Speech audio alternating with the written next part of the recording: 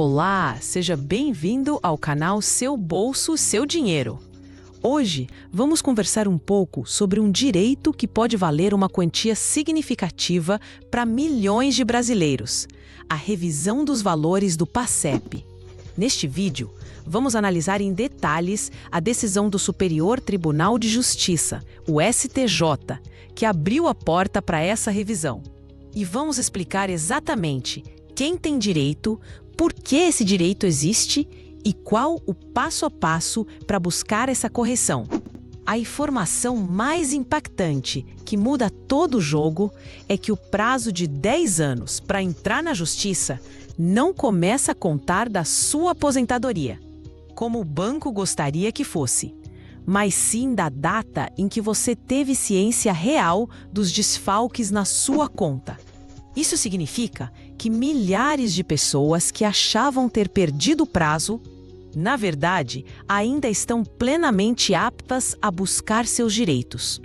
Nós lemos todos os comentários e, sempre que possível, respondemos às dúvidas. Por isso, se você é servidor, militar ou herdeiro de alguém que trabalhou nesse período, ou se tiver qualquer pergunta sobre o que vamos discutir, por favor, deixe sua história ou sua dúvida nos comentários abaixo.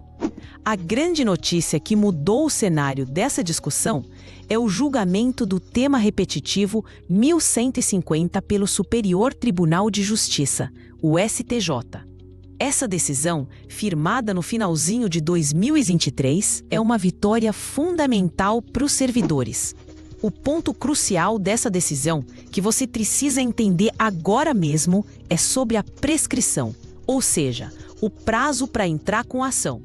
O STJ determinou que o prazo é de 10 anos, mas, e este é o detalhe que vale ouro, o início da contagem desses 10 anos só ocorre quando o titular da conta toma ciência, de forma comprovada, dos desfalques realizados em sua conta individual. Isso é o que no direito chamamos de teoria da actionata. O direito de agir nasce quando se descobre a lesão. E quando você descobre? Geralmente, no dia em que você solicita os extratos no banco para análise, ou no dia em que um perito contábil lhe entrega o laudo mostrando a diferença.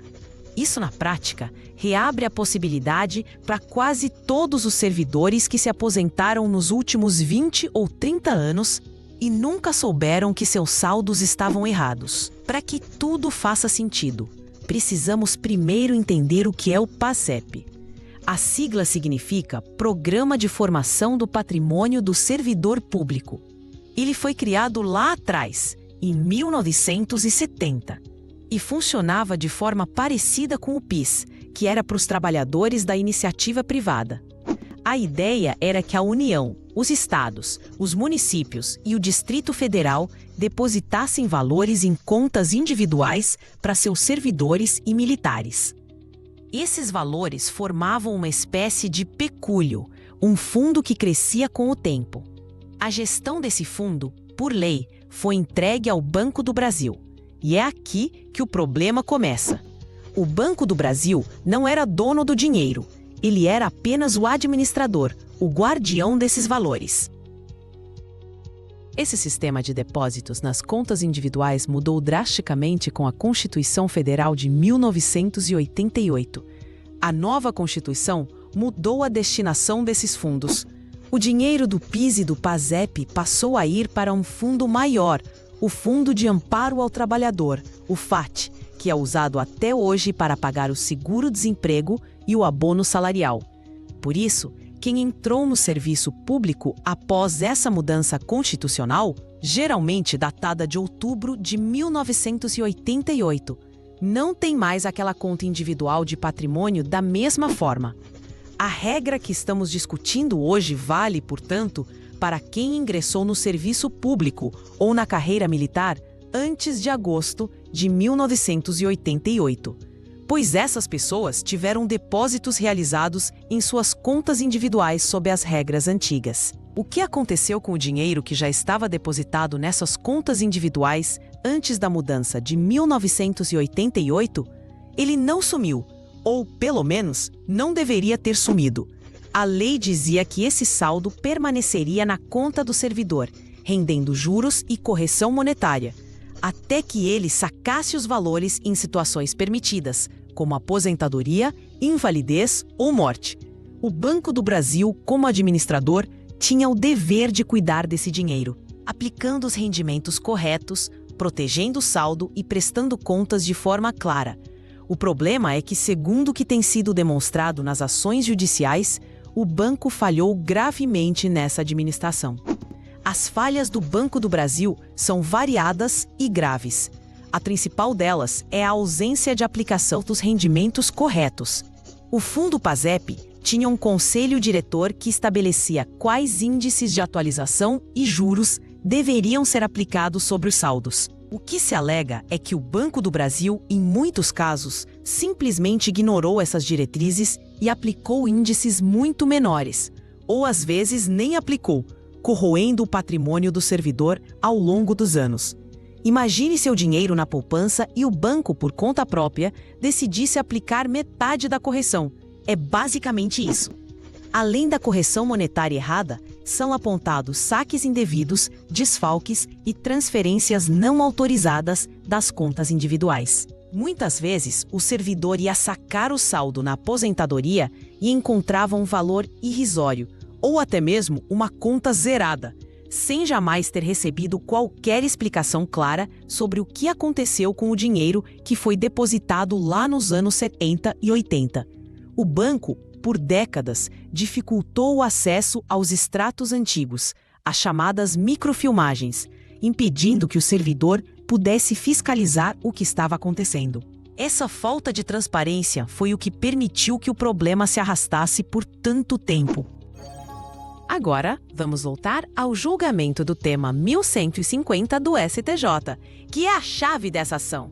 O tribunal firmou 3 teses que blindam o direito do servidor. A primeira tese foi: o Banco do Brasil possui legitimidade passiva para figurar no polo passivo de demanda na qual se discute eventual falha na prestação do serviço quanto à conta vinculada ao PASEP. Em português claro, isso significa que o Banco do Brasil é sim o responsável e é quem deve responder na justiça. O banco tentou por anos empurrar essa responsabilidade para a União, o governo federal, o que tornaria o processo muito mais difícil. O STJ bateu o martelo. A falha na administração da conta é do banco, logo a ação é contra o banco. A segunda tese firmada foi: a pretensão ao ressarcimento dos danos havidos em razão dos desfalques em conta individual vinculada ao PASEP se submete ao prazo prescricional decenal. Aqui, o STJ definiu que o prazo para processar o banco é de 10 anos, com base no artigo 205 do Código Civil. O banco, claro, defendia um prazo de 5 anos, previsto no Código de Defesa do Consumidor, ou até prazos menores, para tentar derrubar a maioria das ações. A definição dos 10 anos foi uma vitória importante, dobrando a janela de tempo que o banco alegava. E a terceira tese, a mais importante de todas, como já mencionamos, o termo inicial para a contagem do prazo prescricional é o dia em que o titular, comprovadamente, toma ciência dos desfalques realizados na conta individual vinculada ao PASEP. Isso é fundamental. O banco argumentava que o prazo de 10 anos deveria contar da data da aposentadoria ou do último saque. Se fosse assim, uma pessoa que se aposentou em 2010 já teria perdido o prazo em 2020. O STJ, de forma muito justa, entendeu que o servidor não tinha como saber do erro no dia em que sacou. Ele confiava no banco. Ele só descobre o erro quando pega os extratos e um especialista analisa. Portanto, o prazo só começa a contar desse momento de descoberta. Então, quem exatamente tem direito a buscar essa revisão? Vamos detalhar. O direito se aplica a servidores públicos, sejam eles federais, estaduais ou municipais, e também aos militares das Forças Armadas, como o Exército, Marinha e Aeronáutica, e também aos militares estaduais, como policiais militares e bombeiros. O requisito-chave é ter ingressado no serviço público ou na carreira militar antes de agosto de 1988. Se você entrou depois dessa data, seu regime de PIS, PASEP, já era outro, focado apenas no abono salarial, e você não tinha essa conta de patrimônio. Uma dúvida muito comum e muito importante é sobre os herdeiros. Se o servidor ou militar que se enquadra nessas regras já faleceu, os herdeiros têm direito a buscar essa revisão? A resposta é: claro que sim. O direito à revisão do saldo do PASEP é um direito patrimonial, ou seja, é um bem, um valor que pertencia à pessoa falecida. Como qualquer outro bem, ele é transmitido aos herdeiros. Se a pessoa faleceu, o espólio, o conjunto de bens ou os herdeiros diretos, como a viúva ou os filhos, podem entrar com a ação. Para que o herdeiro possa fazer isso, ele precisará, além de todos os documentos do servidor falecido, comprovar sua condição de herdeiro. Isso geralmente é feito por meio da certidão de óbito, documentos pessoais que comprovem o parentesco, como certidão de casamento ou nascimento, e dependendo do caso, pode ser necessário apresentar o inventário ou um alvará judicial específico que autorize o saque ou a representação em juízo. O importante é que o direito não se perde com a morte. Se os cálculos mostrarem que havia um saldo positivo a ser pago, esse valor pertence aos herdeiros por direito. Tudo bem, você entendeu que pode ter o direito. Qual é o primeiro passo prático? O primeiro passo e o mais crucial é ir até uma agência do Banco do Brasil e solicitar os extratos completos da sua conta PASEP. Não adianta pedir apenas o saldo atual ou os extratos dos últimos 5 anos. Você precisa de tudo, desde o início da sua conta. Você deve pedir especificamente os extratos analíticos e as microfilmagens da conta PASEP.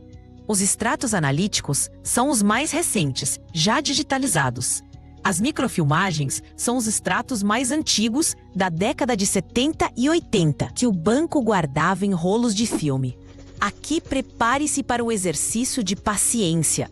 O Banco do Brasil não costuma facilitar a entrega desses documentos. Eles podem alegar que não encontram, que o sistema não permite ou que demora. A própria transcrição que analisamos menciona um prazo de 4, 5 ou até 6 meses de espera. Isso é uma realidade. Ao fazer o pedido, exija um protocolo, um comprovante por escrito de que você solicitou os documentos, com a data exata do pedido. Esse protocolo é a sua primeira prova para a justiça, inclusive para marcar o início da sua ciência do problema. E se o Banco do Brasil se recusar a entregar os documentos ou simplesmente ignorar o seu pedido por muitos meses? Infelizmente, isso é comum. Se o banco dificultar, você não pode simplesmente desistir. Você precisará tomar uma medida judicial preliminar. Existem 2 caminhos principais: um mandado de segurança ou uma ação chamada ação de exibição de documentos. Em alguns casos, um habeas data, que é um direito constitucional para acessar informações pessoais em bancos de dados públicos ou de caráter público, também pode ser utilizado. Basicamente, você terá que pedir a um juiz que ordene ao banco a entrega dos seus próprios extratos. É um absurdo ter que processar o banco só para ter acesso ao que já é seu, mas é, muitas vezes, o único caminho. Com os extratos em mãos, chegamos ao segundo passo: a análise e o cálculo. E aqui está um ponto que o vídeo original enfatiza e que precisa ser reforçado. Esses não são cálculos simples. Não é algo que você consegue fazer em uma calculadora ou uma planilha de Excel comum. Estamos falando de uma verdadeira perícia contábil. Por quê? Primeiro, por causa das diversas moedas que o Brasil teve no período. Os saldos passaram por cruzeiro, cruzado, cruzado novo, cruzeiro real e, finalmente, o real. Cada conversão dessa teve regras específicas que precisam ser aplicadas corretamente. Segundo e mais complexo, o perito contábil não vai apenas atualizar o valor pela inflação. Ele vai pegar os extratos, mês a mês, ano a ano, e verificar quais índices o Banco do Brasil aplicou e quais índices ele deveria ter aplicado, segundo as normas do Conselho Diretor do PACEP. Ele vai identificar os juros que não foram pagos, a correção monetária que foi aplicada a menor e, principalmente, vai procurar por débitos indevidos, saques fantasmas ou cobranças de tarifas que não deveriam existir naquela conta. É um trabalho minucioso de auditoria. É por isso que o documento final dessa análise é uma perícia contábil, um laudo técnico, muitas vezes com mais de 20 ou 30 páginas, que detalha exatamente onde o banco errou e qual o saldo correto que o servidor deveria ter. Esse documento é a peça mais importante da sua ação judicial. É ele que vai provar ao juiz, de forma técnica e fundamentada, que houve o desfalque e qual o tamanho exato do prejuízo. Tentar entrar com a ação sem essa perícia detalhada é dar um tiro no escuro, e a chance de perder é enorme, pois o juiz não terá como saber se você tem ou não razão. Vamos analisar o exemplo prático de cálculo que foi apresentado, pois ele ilustra perfeitamente o tamanho do problema. O caso é de um aposentado que sacou seus valores no dia 22 de agosto de 2016. Naquela data, o Banco do Brasil informou que o saldo dele era de R$ 5.012. O servidor sacou esse valor, provavelmente achando que era só aquilo mesmo. No entanto, após solicitar os extratos e realizar a perícia contábil, o laudo do perito apontou algo chocante. O perito refez todo o histórico da conta, desde 18 de agosto de 1988 até a data do saque, em 22 de agosto de 2016. Ele aplicou todas as conversões de moeda corretas e, o mais importante, os índices de rendimento que o Conselho Diretor do PACEP mandava aplicar, e não os índices inferiores que o banco utilizou. Ao final dessa auditoria, o cálculo do perito mostrou que o saldo correto, naquela mesma data, 22 de agosto de 2016, deveria ter sido de R$ 23.687,86. Veja a diferença. O banco pagou R$ 5.012. O correto seria R$ 23.687,86. Isso significa que já naquela data, em 2016, o banco deixou de pagar ao servidor um valor de R$ 18.675,84. Esse valor é o que chamamos de principal da dívida. É o capital que foi retido indevidamente pelo banco. Mas a conta não para por aí, de forma alguma. O cálculo, que foi finalizado em setembro de 2024, precisava atualizar esse valor. O primeiro passo é a correção monetária. Os R$ 18.675,84, que eram devidos em 2016, não têm o mesmo poder de compra em 2024. Aplicando a correção monetária pelo INPC, Índice Nacional de Preços ao Consumidor, sobre essa diferença, o valor chegou a R$ 27.279,81. Isso não é multa, é apenas a atualização do valor para manter o poder de compra. Agora, entra a parte mais pesada para o banco: os juros de mora. Juros de mora são a penalidade pelo atraso, pelo tempo em que o banco ficou com um dinheiro que não era dele. A lei determina a aplicação desses juros.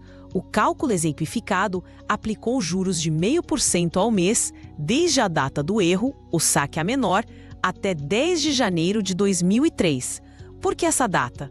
Porque em 11 de janeiro de 2003 entrou em vigor o novo Código Civil, que aumentou os juros de mora legais para 1% ao mês. Então, de 2003 até setembro de 2024, o cálculo aplicou juros de 1% ao mês.